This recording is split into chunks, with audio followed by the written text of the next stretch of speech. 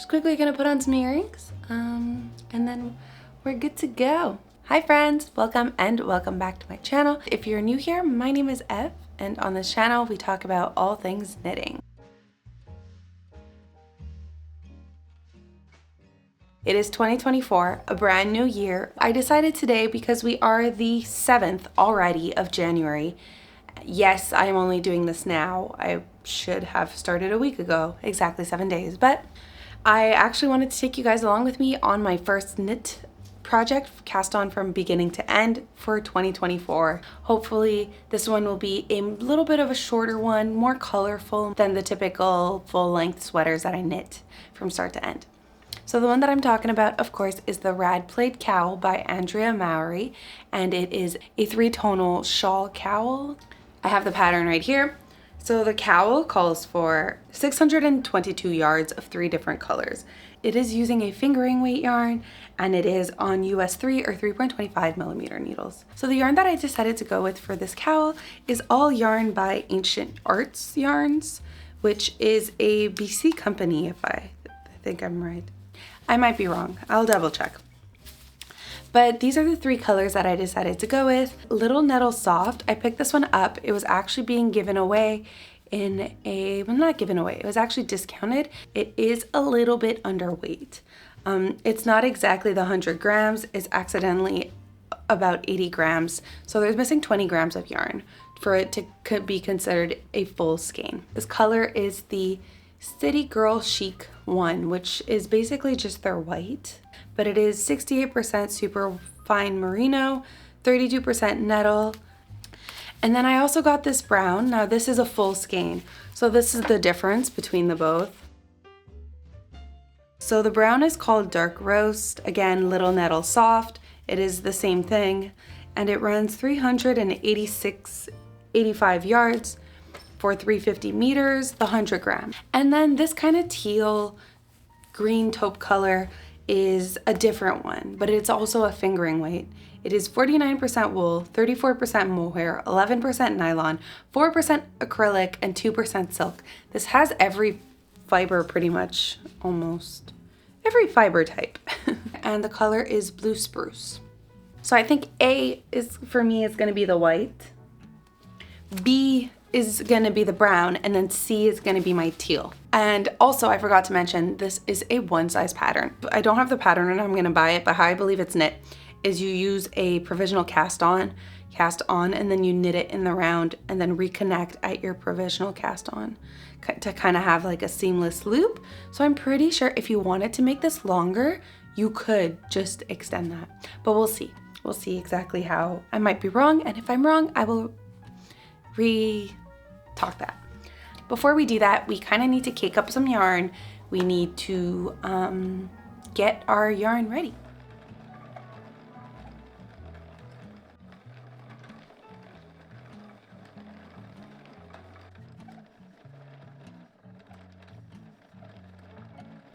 We now have our 3 beautiful caked up yarns. However, because you are starting off with a provisional cast on, I just took some scrap yarn that I had, and I am just casting on X amount of stitches. Funny enough, I think this is like the 2nd time I ever use a provisional cast on. I don't really use this casting on method. I'm not a big fan of it. Maybe last time I used it, I just remembered not really liking it, and I think I ended up doing something different instead. Also, I'm just watching Andrea Mowry's latest podcast video, and funny enough, as I'm casting this on, she's wearing it in her video. That's the latest cowl she has on in her podcast episode. I thought that was kind of neat. Forget Rome, all signs lead to a cowl. And if you guys aren't sure or don't know how to do this cast on, I will actually link a video in the comment section down below or the description box. It's by Pearl Soho, and you guys can check it out. It's fairly straightforward. And again, all you need is knitting needles and a little crochet hook.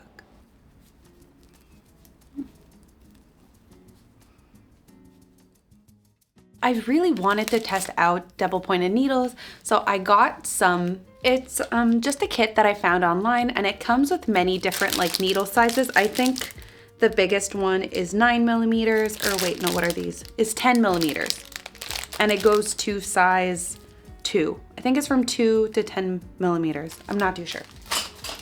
The funny thing is there's no size 3 millimeter. It just goes 2.75 to 3.25. There's no 3 in this kit for some weird reason. And of course for this project, I need a 3. So I kind of started just trying to, I did it off camera because I was really trying to figure out how this would work. I am still not entirely sure how to knit with these. They're flopping all over the place and it's a little bit tricky, but I kind of have it looping. I did the setup row and now I am just starting the color work.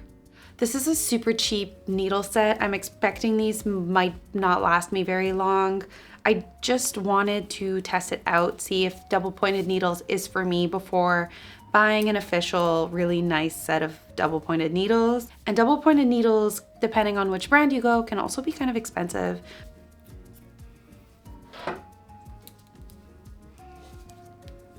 This is so messy.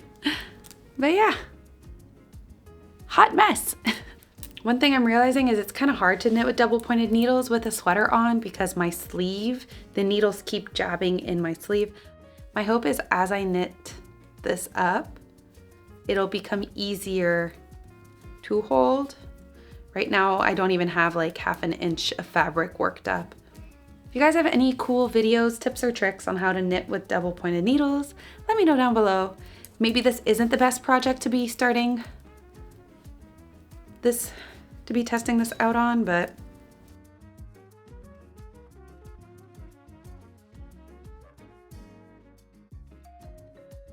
it has now been a couple of days since we casted this on and are currently knitting it up. I think it might have been a week. This is how far we got. Now, I know that this looks different from Andrea Mowry's. Hers was more square, mine is more little colors, 3 different colors. They're very different, so they kind of give off this like fun, chalky, fun, like, I think it's because of the colors I ended up going with, but I absolutely love these 3 colors together and I don't want to restart it or swap out one of the colors because I just love these 3 colors together. So I think we're gonna keep going with it like this. Mine is just gonna look slightly different and I'm okay with that. Now, the only thing is on camera, you can see it even more because of the cubes, but you can kind of tell where I swap out the color and where my rows meet. It kind of makes like a very distinctive. In person, it's not as bad, but on camera, for some reason, the white just really creates a division, as in the rest of the cowl doesn't have it as much. What I'm currently doing right now is actually switching from my Koigu needles back onto double pointed needles. The reason why I'm doing this is because I need the needles for my Drops of Memory shawl, which is a pattern from the lovely 52 Weeks of Scarves book. And B, I stated in my knitting goals for the year that this year I wanted to take time to relax, do more complex knits, learn more techniques, and be more attentive to details when I'm knitting, when I'm casting on, and taking my time and not trying to rush as much in between projects and knits and just getting as many whips out the door as I can. By doing so, a couple weeks ago, I had purchased these double pointed needles and I started the project on it. Now I switched back to interchangeables because I'm a little bit faster with the interchangeables. I'm more used to it. The pattern also calls for interchangeable needles, I think. And I was also thinking about it. I got these needles because I wanted to try out a new method and I kind of just let them sit on the side, which defeats the purpose of getting the needles. So my goal now is to finish the project on double pointed needles. This is something that is a little bit tricky for me, a little bit outside of my comfort zone because you end up with many needles and I'm just never sure, just something that feels a little bit off and uncomfortable in my hands. But if I want to get better at it, I need to practice.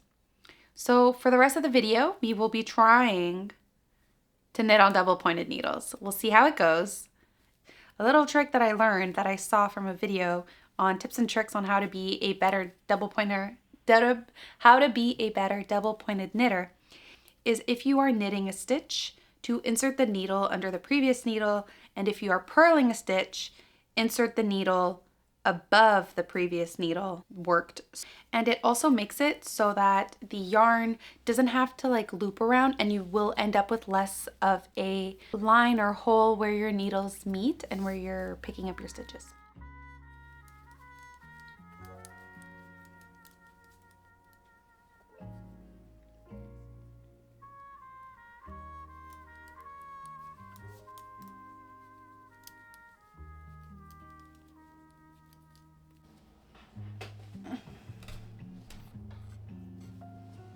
So far, my biggest issue with this cowl, I would say, isn't actually the double pointed needles.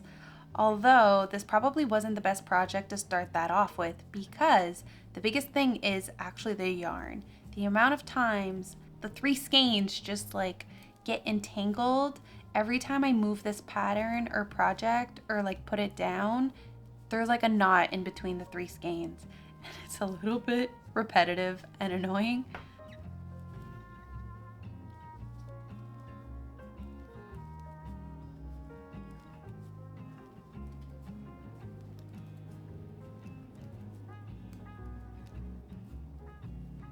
Also, I discovered when I filmed my goals for 2024, someone stated that this is actually called mosaic knitting, and I didn't know that.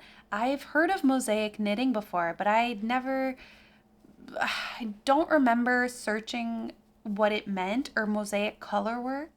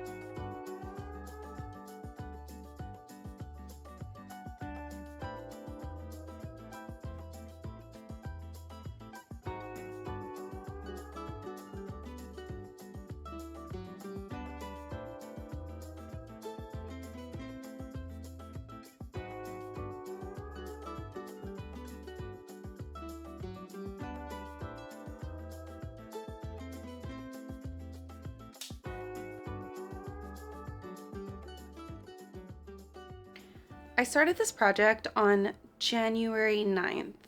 Yes, I think. And we're now the 23rd of February. So I would say that that's almost 2 months of knitting.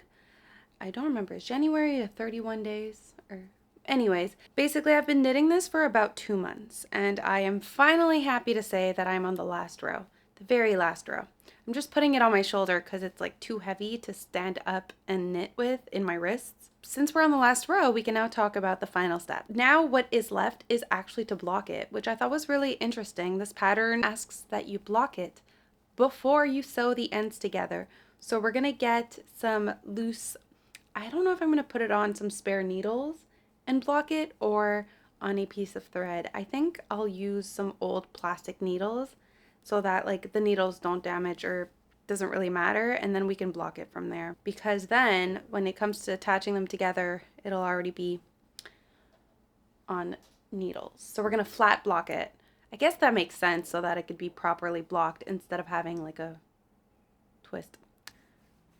So this one's no longer attached, and yes, I have this much left of the green and blue. So this is gonna look so good. Already I can tell. So let's see how this yarn does once it is washed and blocked. I have not wet this yarn, so I don't know. This is my first time working with ancient yarns, and it being such a tight knit color work, I hope it doesn't bleed. I hope it doesn't bleed. We'll see. But let's go get a bucket of water.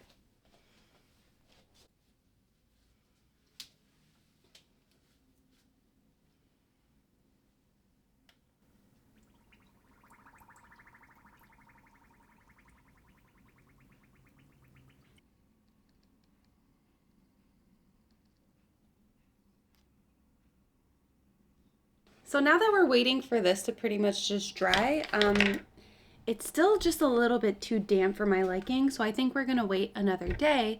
But while we do that, I thought it would be fun to go to the store and pick up some different types of snap buttons and see which one would work best on my cardigan. The fabric store downtown kind of has a bunch of random stuff, but they do have some knitting things. So I picked up a Regia sock pattern book, and I think it's to make this sock, this like toe sock, I thought would be really, really fun to try and recreate. Maybe I could use one of the opal yarn for this and make some toe socks. Not that I have toe shoes, but then I got Nashua North America Design Collection, Winter and Autumn of 2007-2008. I like picking these up because they have fun, I guess now vintage patterns, but they have like fun ideas, and it's a great way to get inspired. I mean, it's 2007, so it's 2007 fashion. Although this is kind of cute, and I feel like this would still work. So I pick it up basically just to get like inspired and get ideas, and it is only 25 cents.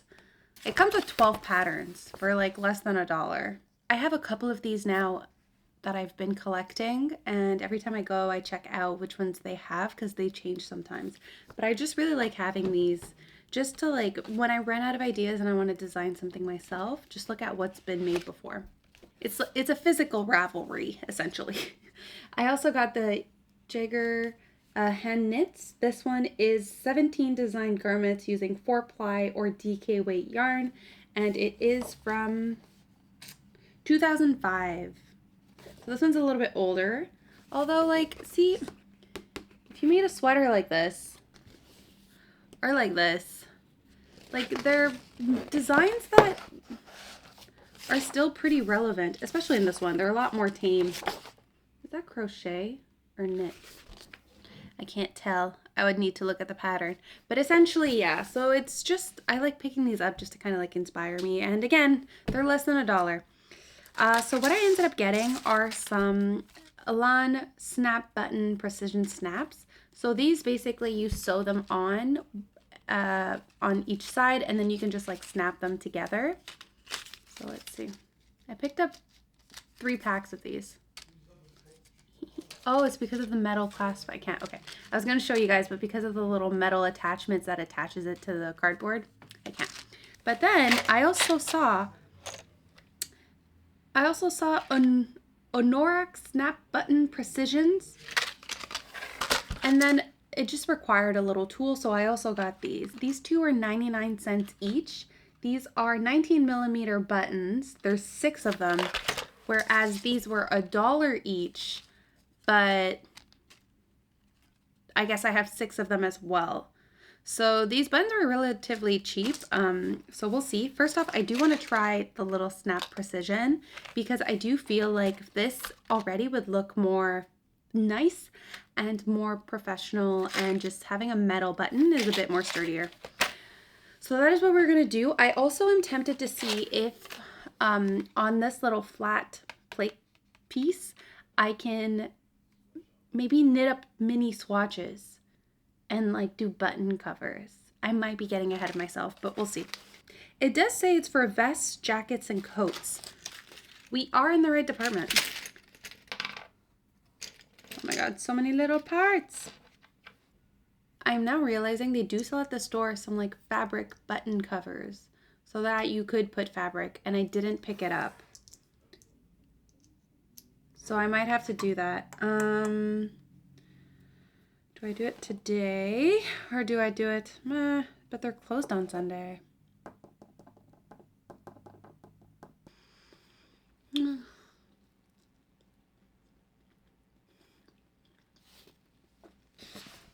I had to go back to the fabric store to get some of these because this little, I did a test and this little thingy with a hammer didn't work. I couldn't get it to work. I couldn't get it strong enough, and I basically ended up, I injured my hand a little bit because I was like pressing at one point with it because the hammer wasn't working.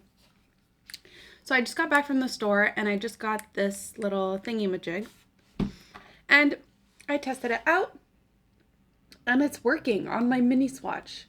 The first one here with this little plastic thingy-mabob and a hammer, I made a hole. I don't know if you can see that. I literally like made a hole. It just, yeah, that's all it did. It just made a hole. The thing is, I bought button covers. I bought these guys. They're 25 cents. They're supposed to fit, but they seem to be literally too close. I don't know. We'll see. We'll try. But I'm pretty sure that if I might have needed to get bigger ones, and they didn't currently have bigger ones than this. But basically you put your fabric and then you snap this into place, and then you have like your fabric button. That's just what this is. It's just like a little ring to put around it to cover it. So for now we might have to deal with some just metallic buttons.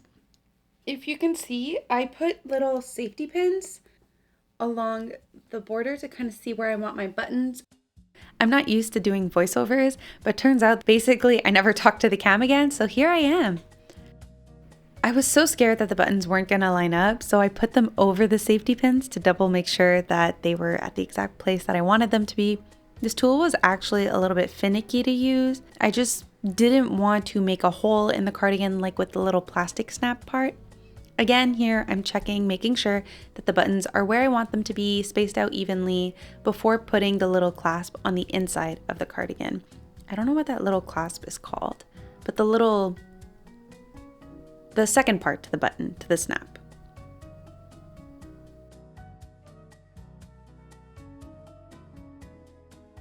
I just wanted to show you guys what the buttons look like. By the next morning, the cowl was finally dry, which meant it was finally time to take it off the provisional cast on and put it back on the needles. I decided to go with interchangeable needles because I thought that it would work better.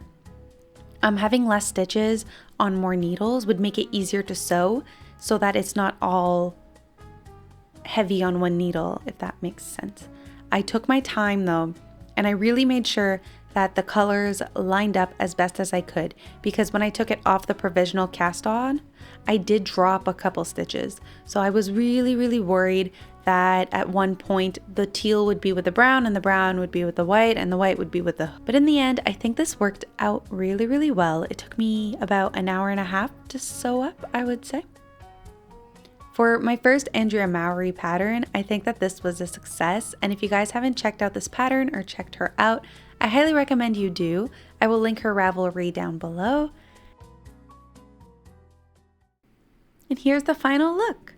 Now, I normally wouldn't wear these two together because I think they're so bright and colorful in their own way, but I really wanted to show you guys the cowl, how it turned out, and the cardigan, a little update finally for the buttons.